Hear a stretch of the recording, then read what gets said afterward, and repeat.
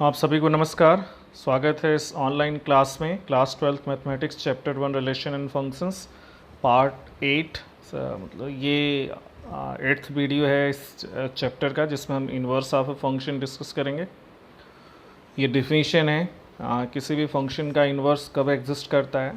So a function f defined from X to Y is defined to be invertible if there exists another function g defined from y to x such that g of f means composition of g and f is ix and composition of f and g is iy.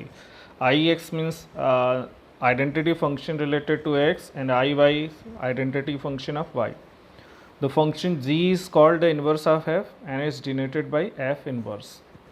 मतलब F function X to Y defined है तो वो invertible तभी होगा जब एक दूसरा function G Y to X defined हो, मतलब दोनों का डोमेन और को डोमेन बदल जाता हो, जहाँ पे दोनों का कंपोजिशन आइडेंटिटी फंक्शन मिलता हो, तो जो है फंक्शन इन्वर्टेबल होगा और जो दूसरा वाला फंक्शन है वो पहले का इन्वर्स होगा या पहले वाला भी दूसरे का इन्वर्स होगा। दस F is invertible then F must be 1 1 and onto, and conversely if f is 1 1 and onto then f must be invertible। और एक चीज़ और है, किसी फंक्शन को अगर इन्वर्टिबल शो करना है तो आप उसको 1 1 onto शो कर दीजिए तो फंक्शन इन्वर्टिबल हो जाएगा। This fact significantly helps for proving a function f to be invertible by showing that f is 1 1 and onto, especially when the actual inverse of f is not to be determined। Example है, देखिए अब यहाँ function defined है natural number to Y, be a function defined at F X is equal to 4x+3 where Y जो कि इसका को domain है that is given by Y belongs to natural number and Y is equal to 4x+3 for some x belonging to natural number, so that F is invertible. अब ये invertible show करना है इसमें, तो हमको एक फंक्शन या तो इसको हम 1 1 onto शो करें या फिर एक फंक्शन g हम डिफाइन करें y2n such that composition of the two function must be identity। तो यहाँ क्या है, फंक्शन y को डिफाइन किया गया है, consider an arbitrary element small y belonging to capital y और by definition y is equal to 4x+3 ये फंक्शन में ही दिया हुआ है for some x belongs to natural number. अब इसको सॉल्व करेंगे तो x की वैल्यू आ जाएगी y-3/4। अब इसी को हम एक फंक्शन ले लेते हैं, ये जो x is equal to y-3/4 आया है, अब इसमें हमने फंक्शन ले लिया क्योंकि y जो है वो कैपिटल Y से बिलोंग करता है, तो ये g एक फंक्शन y2n हो गया by G Y is equal to y-3/4।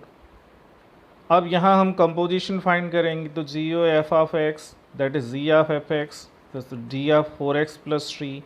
अब जी एक्स में या जी वाई में जहाँ वाई है हमको 4x+3 रखना है, तो y की जगह जब 4x+3 रख दिया तो 4x+3 - 4/4 वो x आ गया जो कि एक आइडेंटिटी फंक्शन है। F o ji Y that is F of ji Y, तो एफ ऑफ y-3/4, तो एफ एक्स में जहाँ x है वहाँ हमको y-3/4 रखना है, तो 4x+3 में x की जगह हमने y-3/4 रखा, तो सॉल्व करने पे ये भी y आ गया, मतलब ये आइडेंटिटी हो गया। This shows that G o F is equal to I N means identity of natural number and F o G is equal to I Y identity of y, which implies that f is invertible and g is the inverse of f। मतलब f का inverse जो हो गया वो y-3/4 हो गया। तो यहाँ हमने फंक्शन को सर्च किया, दूसरा फंक्शन अगर f x2y है तो दूसरा फंक्शन g y2x हो गया, जहाँ पे इनका कंपोजिशन आइडेंटिटी फंक्शन आ रहा है। नेक्स्ट एग्जाम्पल 24 है, let y is equal to n square where n belongs to natural number is subset of natural number, consider function f defined from n to y। अब y जो है वो set of square मतलब perfect square n square है, as F N is equal to n square so that f is invertible, find the inverse of f। अब यहाँ भी वही है कि एक y हमने लिया कैपिटल Y से such that is of the form n square for some natural number n। This implies that means y is equal to n square means n is equal to root y. This gives the function g y2n। अब ये दूसरा function जो हो गया g जो कि y से है उल्टा, अब यहाँ डोमेन को डोमेन f और g के बदल गए, is defined as gy is equal to root y। Now g of fn, तो g of n square that is root of n square n हो गया। f o gy f of root y अब that is root y square means y. अभी दोनों ही case में identity मिल रहा है, n means identity of natural number और y means identity of y. So GOFN, that is identity related to natural number, and FOZ is equal to IY, identity related to the Y.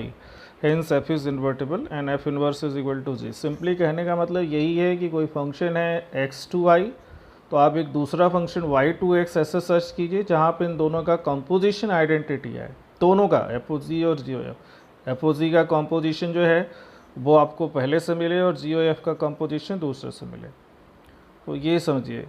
अब next example है, let F N means function F is defined from natural number to real number, be a function defined near F X is equal to 4x square plus 12x plus 15, so that F defined from natural number to S where S is the range of F is invertible, find the inverse of F. तो यहाँ भी वही चीज़ है कि अगर आप एक function search कर लें जो कि आर टू एन डिफाइंड हो या एस टू एन डिफाइंड हो, because S is the range, अब दूसरा वाला एफ जो है वो एन टू एस है, तो जी जो होगा वो एस टू एन हो जाएगा। या हम ये कर दें कि इसको 1 1 और R2 दोनों दिखा दें तो भी हम इसको इन्वर्टिबल शो कर सकते हैं। तो यहाँ फंक्शन को सर्च किया गया, फंक्शन बनाया गया है, तो let y be an arbitrary element of the range f where y is equal to 4x square plus 12x plus 15 for some x belongs to natural number. अब which implies that y is equal to, अब देखिए इसको whole square बना करके x को y के term में लिखा गया है, तो x is equal to root over y minus 6 minus 3/2 से y greater or equal to 6। ठीक है, अब यहाँ पे g को s टू n ले लिया गया। देखिए अब यहाँ f और g में जो इनका डोमेन और को डोमेन है वो बदल गया। एक f का को डोमेन और जो है वो f जो डिफाइंड है वो n से s में है, g डिफाइंड s से n में, और gy ले लिया गया under root y minus 6/6 minus 3/2 जो कि x की वैल्यू है जो हमने फाइंड किया, तो उसी x को ही निकाल के हम उसको gy लेते हैं। Now composition of function g of fx, that is g of fx which is 4x square plus 12x plus 15, g of 2x plus 3 whole square plus 6 जो बनाया गया है होल स्क्वायर पहले। अब जो हमने जी वाई लिया हुआ है under root y minus 6 minus 3/2, इसमें y की जगह हमको रखना है 2x plus 3 whole square plus 6, तो ये रखा गया। इसको सॉल्व करने पे देखिए x मिला है।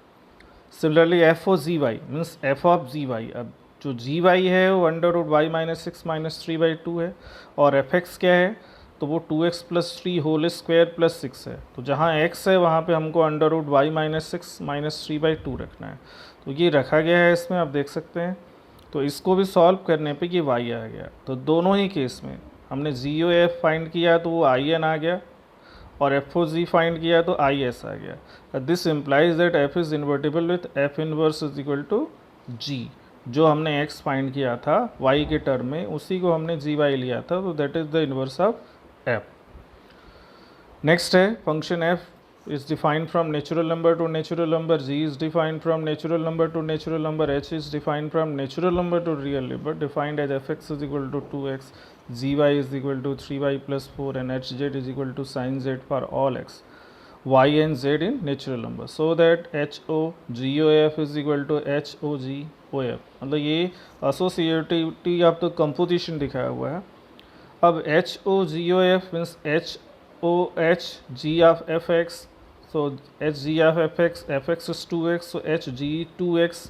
अब g में हमको रखना है जहाँ भी उसका वेरिएबल है वहाँ पे 2x रखना है, और g क्या है 3y प्लस 4, तो y की जगह हमको 2x रखना है, तो that will be h 3 into 2x plus 4 तो 6x प्लस 4, सो h 6x प्लस 4, तो hx क्या है या hz क्या है sin z, तो अब z की जगह हमको 6x प्लस 4 रखना है, तो फाइनली ये आ गया sin 6x plus 4 where x belongs to natural number.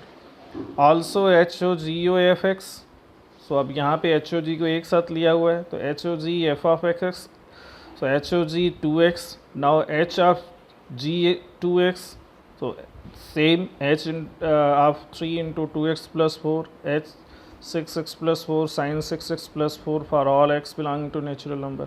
तो इन दोनों से आपको रिजल्ट क्या मिलता है, this shows that HOGOF is equal to HOGOF। This result is true in general situation as well। अब ये थ्योरम है, theorem f function f defined from x to y, g defined from y to z and h defined from z to s are functions then HOGOF is equal to HOGOF। अब यहाँ पे वही चीज़ है, यहाँ associativity है, तो इसको generalise करके हम करेंगे x लेके। We have HOGOF of fx, so that is HOGOFX, H of GFFX for all x belonging to natural number, and HOGOFX.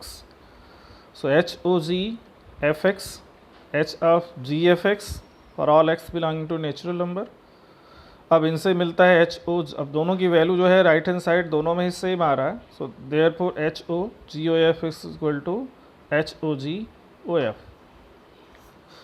Next example है 27, consider F defined from 1 to 3 to ABC and G defined from ABC to apple, ball, cat defined as F1 is equal to A, F2 is equal to B and F3 is equal to C, GA is equal to apple, GB is equal to ball and GC is equal to cat, so that F, G and GOF are invertible. Find out F inverse, G inverse and GOF inverse and show that GOF whole inverse is equal to F inverse o g inverse. अब देखिए F1 2 3 से ABC पे defined है, ABC से Apple, ball, cat पे defined है, मतलब A to B, B to C ऐसे फंक्शंस डिफाइंड हैं इसमें। ओके, तो अब हमको इनके कंपोजिशंस फाइंड करने हैं। तो GOF मतलब F इनवर्स, G इनवर्स और GOF इनवर्स फाइंड करना है। तो अब ये है, note that by definition F and G are bijective function. आप देख सकते हो तीन तीन एलिमेंट एक एक से मैप्ड है। तो F इनवर्स किस पे डिफाइंड हो जाएगा, ABC to A1 2 3, उल्टा हो गया, अब इनके डोमेन और कोडोमेन बदल गए। G इनवर्स में भी डिफाइंड हो जाएगा, C to B डिफाइंड हो गया, apple, ball, cat to ABC। तो F इनवर्स A, क्योंकि FA is equal to F1 is equal to A है, तो F inverse A is 1, F inverse B is 2, F inverse C is 3। Similarly, G inverse apple is A, G inverse ball is B, G inverse cat is C.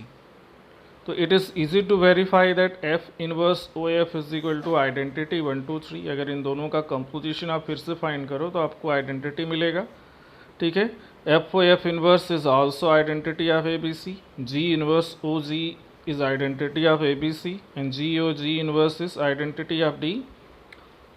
जहाँ पे D क्या लिया गया है, तो Apple, ball, cat जो दूसरा और तीसरा वाला सेट है। अब GOF कहाँ से डिफाइंड होगा, तो 1 2 3 से लेके मतलब A से लेके C पे डिफाइंड होगा। अब कैसे डिफाइंड होगा, तो GOF1 मतलब G of F1 that is F1 is A, तो G ऑफ A एप्पल हो जाएगा। GOF2 मतलब G ऑफ F2 B, तो GB that is ball.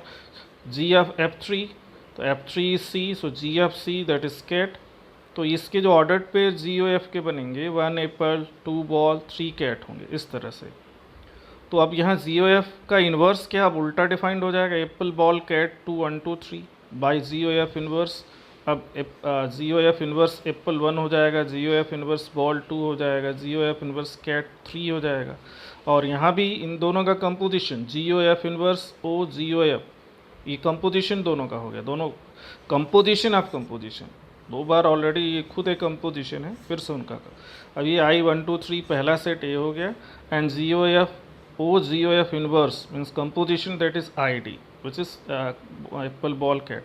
Thus we have seen that F, G and GOF are invertible. Now F inverse O G inverse Apple C का पहला element. Now that will be F inverse G inverse apple or G inverse apple is A, so F inverse A is 1 that is equal to GOF inverse apple, मतलब direct inverse निकालने पर। Now F inverse O G inverse ball, so F inverse G inverse ball that is B, F inverse B which is 2. Similarly F inverse O G inverse cat, so F inverse G inverse cat that is F inverse C which is 3, so that is GOF whole inverse cat, hence GOF inverse is equal to F inverse O G inverse। ये inverse of the composition है, यहाँ पे reversal rule ये follow करता है। तो ये थोड़ा सा लेंदी है, बड़ा है, क्योंकि इसमें दो तीन चीज़ें फाइंड करनी है, F इन्वर्स, G इन्वर्स, उनको इन्वर्टिबल दिखाना, GOF फाइंड करना, उसको इन्वर्टिबल दिखाना, ये सभी चीज़ें हैं। Now theorem 2, let f x to y and g y to z be two invertible functions, then GOF is also invertible with GOF inverse is equal to f inverse OG inverse। अब यहाँ उसी को generalise कर दिया, ऊपर particular example लिया हुआ है, यहाँ इसको जनरलाइज कर दिया। ठीक है, मतलब उनका कंपोजिशन GOF भी इन्वर्टिबल होगा और f इनवर्स OG जो है f inverse GOF whole inverse is f inverse OG inverse। Proof है to show that GOF is invertible with GOF inverse is equal to f inverse OG inverse। अब अगर ये दोनों एक दूसरे के इन्वर्स हैं तो इनका कंपोजिशन आइडेंटिटी होना चाहिए। So it is enough to show that f inverse OG inverse ये एक हो गया, उसका कंपोजिशन GOF के साथ वो आइडेंटिटी IX होना चाहिए। फिर दूसरा GOF एक फंक्शन, उसका फिर composition f inverse OG inverse वो IZ होना चाहिए। Now f inverse OG inverse GOF, अब यहाँ पे एसोसिएटिविटी यूज़ किया गया, f inverse OG inverse OG OF composition है सब। सो बाय थ्योरम 1 जो हमने कंपोजिशन के लिए पढ़ा था, तो f inverse OG inverse OI, अब ये क्या हो जाएगा, आइडेंटिटी हो जाएगा GOG, G inverse OG will be the identity, OF है ही बाय थ्योरम अब, that is f inverse OI OF by definition of G inverse OG, that is IY। Similarly, it can be shown that GOF composition f inverse OG inverse, that is IZ। तो ये क्या है, मतलब FOG invertible हो गया and GOF invertible हो गया and GOF whole inverse is f inverse OG inverse. Example 28 है, let s is equal 1 to 3 determine whether the function f s to s defined as below have inverses, find f inverse if it exists। First है देखिए 1 1 2 2 3 3, अगर आप set s को ध्यान से देखें तो 3 एलिमेंट हैं और तीनों यहाँ पे मैप्ड हैं और एक का एक ही इमेज है। This means this is 1 1 and on 2, therefore it is invertible. और इन्वर्स इनका क्या होगा, तो चूँकि 1 इज मैप टू 1 तो इन्वर्स 1 का भी 1 होगा, 2 का 2 होगा, 3 का 3 होगा, तो इन्वर्स भी इसी के बराबर हो जाएगा, f के बराबर। f में देखिए 1 2 2 1 3 1, अब देखिए 2 1 और 3 1, मतलब 2 का भी इमेज 1 है, 3 का भी इमेज 1 है, इसका मतलब ये 1 1 नहीं है, तो ये फंक्शन इन्वर्टिबल नहीं होगा। c है 1 3 3 2 2 1, अब इसमें डोमेन क्या है, 1 3 2 है या 1 2 3 है, और रेंज क्या है 1 2 3 ये भी है, मतलब डोमेन तो पूरा का पूरा सेट हो गया और रेंज जो है 1 2 3 वो भी उस सेट के बराबर हो गया, मतलब को डोमेन के बराबर हो गया, तो it is 1 1 all 2, therefore it is invertible. Invert क्या हो जाएगा, इन्वर्स क्या होगा इसका, आप बस ऑर्डर्ड पेयर को रिवर्स कर दीजिए तो f इन्वर्स हो जाएगा 3 1 2 3 एंड 1 2, ये इसका f इन्वर्स हो जाएगा। Now this is exercise 1.3 exercise को आपको अभी तो खुद सॉल्व करना है, नेक्स्ट वीडियो में हम इसको एक्सप्लेन करेंगे और सॉल्व करेंगे। तब तक के लिए आप सभी को धन्यवाद।